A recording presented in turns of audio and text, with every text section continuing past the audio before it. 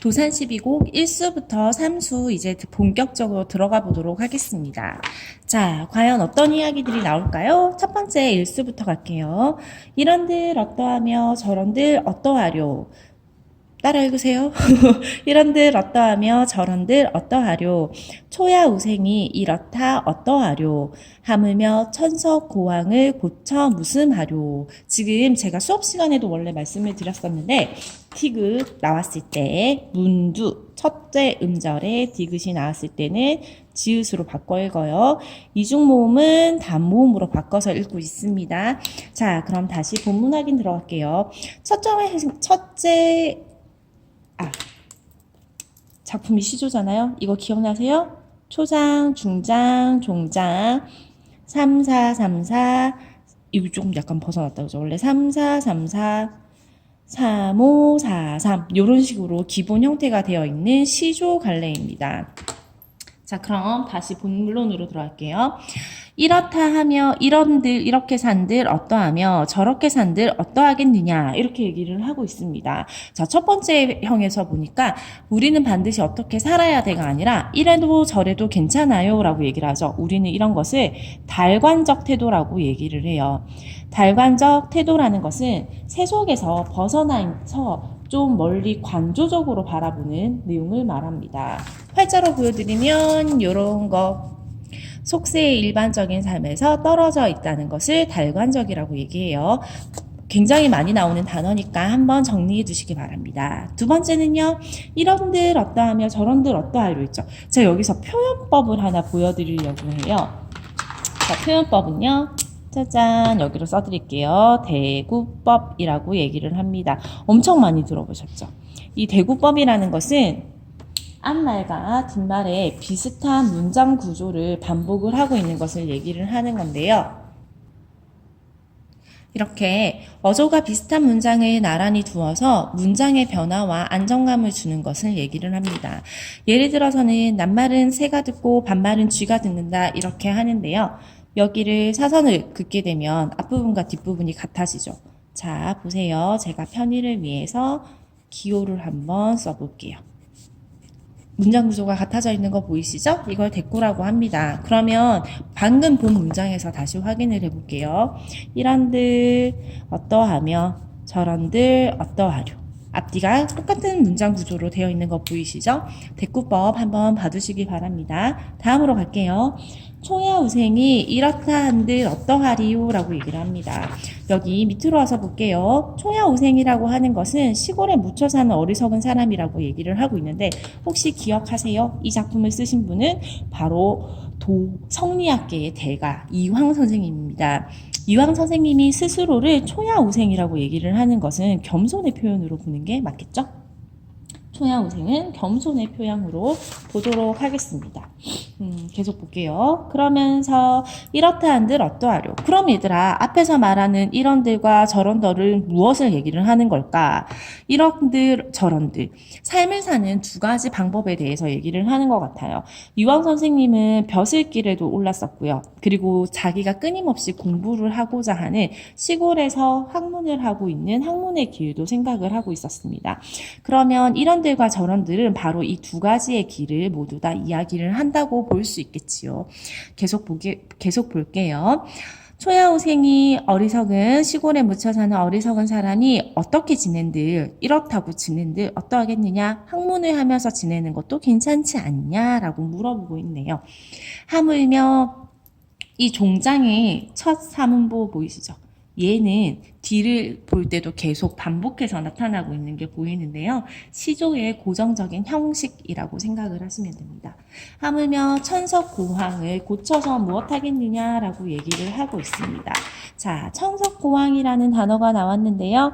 이 단어가 어쩌면 바로 이 일수에서 말하고 싶은 가장 핵심어가 아닌가 생각이 듭니다. 천석고황이라는 것은 세속에 물들지 않고 자연에 묻혀 지내고 싶은 마음의 고질병을 것들을 얘기를 하는데요. 옛날 조선시대의 사대부들은 정계에 있다가도 방쟁 때문에 유배를 가거나 하게 되면 언제든지 자연으로 다시 돌아오게 됐었잖아요. 그래서 사대부들의 마음속에는 항상 이 후를 대비를 했던 것 같아요. 잘 나갈 때도 아닐 때도 이렇게 항상 노후를 뒷일을 대비를 할 수밖에 없었던 것 같습니다. 그런데 이 천석고왕이라는 것은 고사성어에 나오는 내용인데요.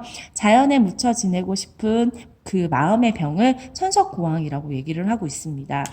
수능에서 굉장히 잘 사용하고 있는 유사 언어가 있죠.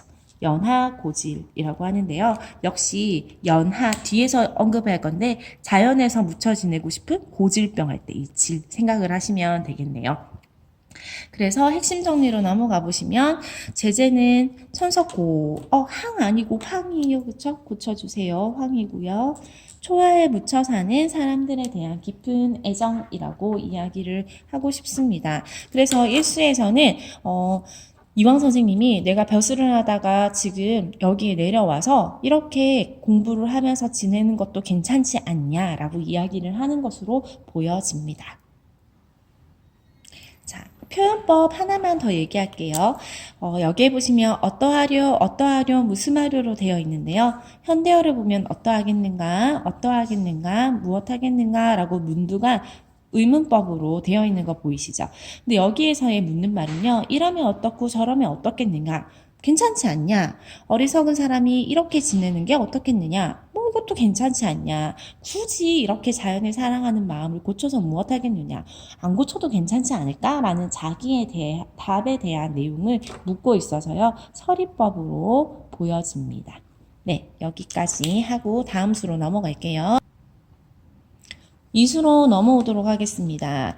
연하로 집을 삼고 풍월을 벗으로 삼아 태평성대의 병으로 늙어가니 읽고 있으세요? 이 중에 바라는 일은 허물이나 얻고자 한다. 뭐 이렇게 되어 있겠죠. 자, 그러면 본문을 한번 볼 건데요. 여기에 봤더니 연하로 집을 삼고 풍월로 벗을 삼아 이렇게 되어 있습니다. 조금만 깊게 가볼게요. 이 연하는 뒤에 보면 안개와 노을, 그 다음에 풍월은 그냥 풍월, 바람과 달 이렇게 되어 있는데요. 여기에서는 이 두 가지를 통해서 얘기를 하고 싶은 건 바로 자연을 얘기를 합니다. 이렇게 부분으로 전체를 표현하는 것을 대유법이라고 얘기를 하는데요. 대유법은 부분으로 전체를 표현해요. 예를 들면 금수강산, 우리나라를 의미하는 것, 이런 것들을 대유법이라고 얘기합니다. 하나 또 봐두시기 바래요. 그러면서 태평성대의 병으로 늙어가니 라고 되어 있습니다. 우리 일수에서 병이 나왔었어요. 그죠? 기억나세요? 어떤 병? 연하고질 뭐 이렇게 얘기했던 거 기억나시죠? 늙어가니 이 중에 바란 일은 허물이나 얻고자 합니다. 이 병에 대해서만 잠깐 다시 내려올게요. 이 작품이 작가가 만년 70세 이후에 쓰여진 거잖아요. 노병 늙은 것으로 풀이를 할 수도 있고요. 아니면 초장에서 자연을 즐기는 화자의 모습이나 앞에 일수에 있는 내용을 미루어 볼 때 자연을 사랑하지 않고는 견딜 수 없는 이 천석고황, 자연에서의 병으로 늙어갑니다. 나는 이렇게 태평성대에 자연을 즐기는 이 마음, 이 병으로 늙어갑니다. 자연을 즐깁니다. 뭐 이 말이죠. 이 중에 이러한 중에 바라는 일은 딱 하나 있대요. 그게 뭐냐면요. 허물이나 없었으면 합니다. 라고 얘기를 하면서 자연 속에서도 도를 지키면서 늙어가는 도학자의 모습이 잘 표현되고 있는 구절입니다. 다음으로 넘어가기 전에 이것도 혹시 보이세요? 연하로 집을 삼고 풍월로 벗을 삼아 제가 뭐 얘기하려고 하는지 아시겠죠?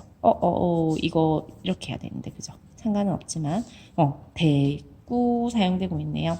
이 뒤에도 계속해서 대구가 나올 거니까요. 한번 확인해 보도록 할게요. 3수로 넘어갑니다.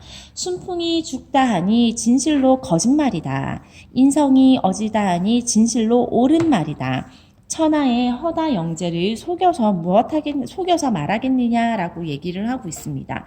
순풍은 예부터 내려오는 순박한 풍속을 얘기를 하는데요. 특히 뒷사람이 본받아야 한 도의나 윤리를 얘기를 합니다. 그러면 도의나 윤리적으로 옛날부터 내려오는 순박한 풍속을 얘기하는 거죠. 예를 들면 이런 거는 변함이 없는 거잖아요. 그죠? 부모님께 효도를 해야 됩니다. 형제간에 우애 이런 것들을 얘기를 하는데요. 조선시대에도 이런 것들이 약간 흔들리기는 했었어요. 여러분들도 아시다시피. 그래서 사람들이 얘기하기를 이런 좋은 풍속은 다 죽었어. 옛날 말이야. 꼭 그거 같잖아요. 현대 우리가 하는 말 같잖아요. 근데 이 이황 선생님은 이걸 어떻게 생각하냐면 이게 거짓말이라고 생각을 하는 거야. 그럼 이 말인즉슨 순풍은 뭐다? 살아있다라고 얘기를 하고 있는 거죠. 인성, 사람이 어질다라고 얘기를 하는 것은 진실로 옳은 말이다라고 얘기를 하면서 여전히 사람은 어질다라고 얘기를 하고 있습니다. 그러면 이 구절을 보아서 이황 선생님은 사람이 품성이 좋다라는 걸 믿고 있는다는 거죠. 이것은 성선설 들어보셨죠? 라고 얘기를 하네요. 이황 선생님의 인간관은 성성설에 기반을 하고 있구나 라고 얘기를 할 수 있네요. 천하의 영재들 내가 하는 이 말들이 거짓말이 아니라 이렇게 많은 영재들이 있는데 그 사람들한테 내가 이렇게 말을 해서 걔네들을 속여서 못하겠느냐, 속이는 게 아니라 이게 정말로 진실이다 라고 얘기를 하고 있는 구절입니다. 이거 보이시나요? 보이죠? 보이나요? 보이나요? 뭐 얘기할 것 같아요? 그렇죠. 대꾸 이야기 할게요. 대꾸법 역시 나타나고 있습니다.